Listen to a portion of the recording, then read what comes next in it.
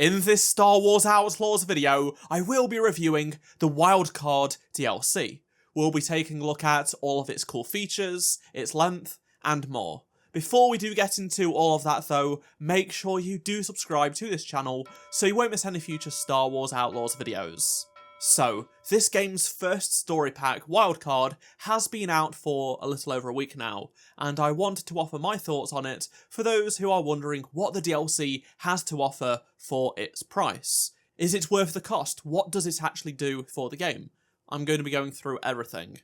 I also won't be spoiling story plot points that have not been shown in the trailer, but all of the gameplay you'll see in this video is from Wildcard, just without context and obvious spoiler points removed. It will just mostly be combat and sneaking around sections anyway. Something that people have been asking for in Star Wars Outlaws is to work for the Empire.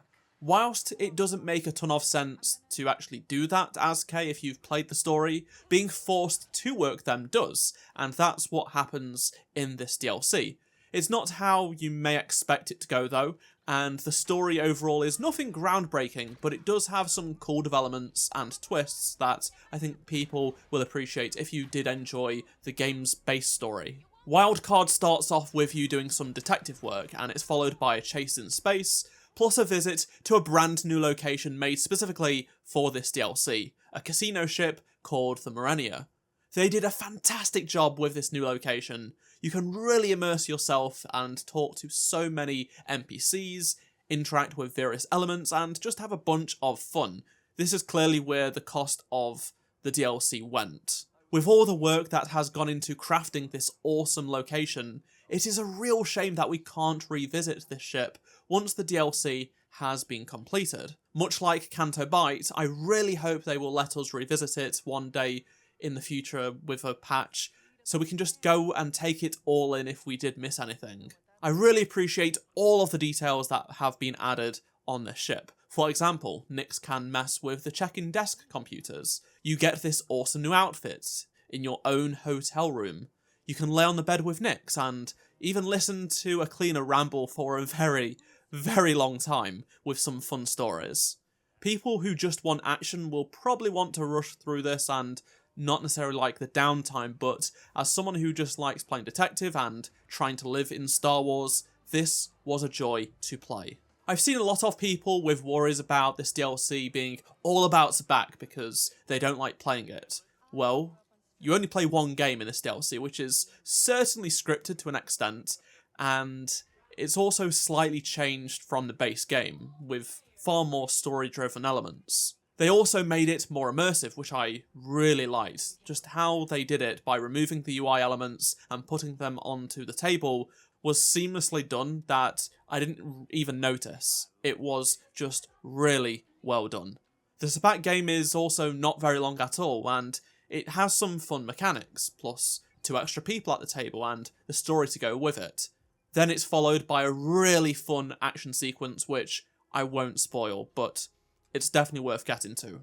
After this, you'll visit a location on Tashara that I've already infiltrated like 2 or 3 times already in the game, so that felt a bit lame. Like I was just retreading what I've already done. I already know this location.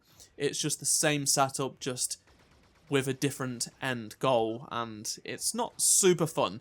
Thankfully though, this is closely followed by a brand new location that has been created inside of Mirogana City. Again, a brand new location you can visit for this DLC that was not in the base game, however, you can't revisit it. This area of Mirogana looks great, it has a really nice layout, and I prefer to use stealth in this game, or any game for that matter, so as someone who hasn't had stealth complaints for this game, I had a blast sneaking my way around, but with all of the changes made with Title Update 4 and such, you're going to be able to go guns blazing if you wish to do so. After the first Imperial facility segment, there is some platforming followed by another short Imperial facility before another platforming section. To top it off, there was one more Imperial facility section.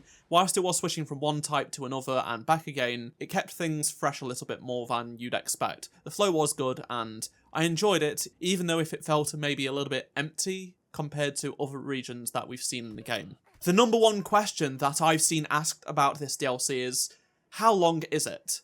It took me a little over 3 hours to complete, which is the same length many others have said too, so That's basically what it takes. It can be completed quicker if you simply rush through it. So people saying it only takes, say, 2 hours, alright, but they will have just completely beelined everything and missed a lot of cool stuff. Just rushing through these really beautifully crafted locations just doesn't sit right with me, so obviously I did not do that. I personally took time to explore all of the new locations in the game, listen to all of the NPCs, inspect details, and really immerse myself. You can just live in the world a little bit more, just like the main story of the game. If I was you, I would take it slow and enjoy all of what it has to offer, especially seeing as you can't go back to those locations once the DLC has been completed. It does have some really great action set pieces as well, with the contrast of the immersive and fun roleplay aspect. So if you do want the action, you will get it, it's just that it's mixed in between other stuff as well. I do agree though that 3 hours for this price is sadly a bit too short. I think people were maybe expecting something a little bit longer. There is some expectation that the next DLC will be longer, given that it will have a longer development cycle. Typically, Ubisoft games will have a shorter DLC as DLC 1, and then the second one will be bigger, but that isn't always the case, and you can't just rely on patterns of previous games made by different developers at Ubisoft.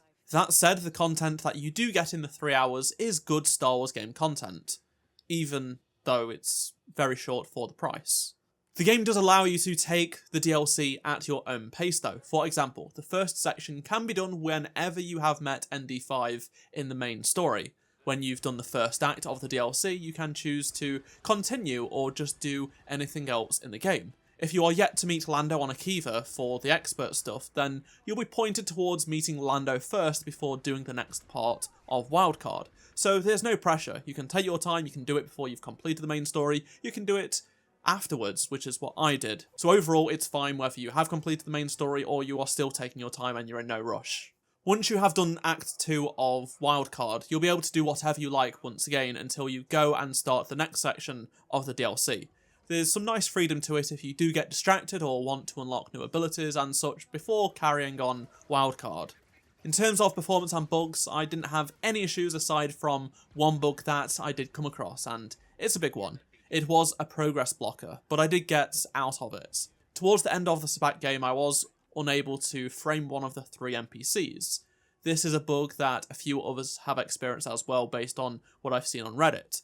Thankfully, Outlaws did autosave before the start of the Sabacc game, so I was able to just go back to that point. It was playing Sabacc, which I enjoy, and it allowed me to give a different approach to how I played that game again, which was nice. It was fun to do that, be given the option to change how I play, but that said, losing progress with a progress blocker is never good, and it's just bad for the player. This sort of stuff just can't happen. Wildcard at $15 or £13 is not great value for its length, especially when the game is a few times more in cost and several times longer. It just has so much more content, and this isn't necessary. However, if you really like Outlaws as a game, especially the more story elements of the game, then getting the Season Pass makes a ton of sense. You are probably going to like Wildcard, and even more likely going to enjoy the Hondo DLC coming up in spring 2025. There is also Jabba's Gambit, which was short, but still good, and there is also the skins included as well, which are also very nice. However, if you don't want to spend extra money on the game just yet, I'm sure the Season Pass will be discounted at some point, so if you're not in a rush to play Wildcard or get the cosmetics,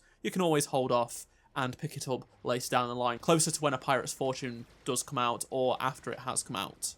I should also mention that if you have purchased the Gold Edition of Star Wars Outlaws, and you need a reminder, you do get this DLC included. You've got the Season Pass already, included with the Gold Edition, so you can play Wildcard right now. Side note, I did already previously do a review of the Jabba's Gambit quest, which you can watch by checking out the card in the top right hand corner of the screen.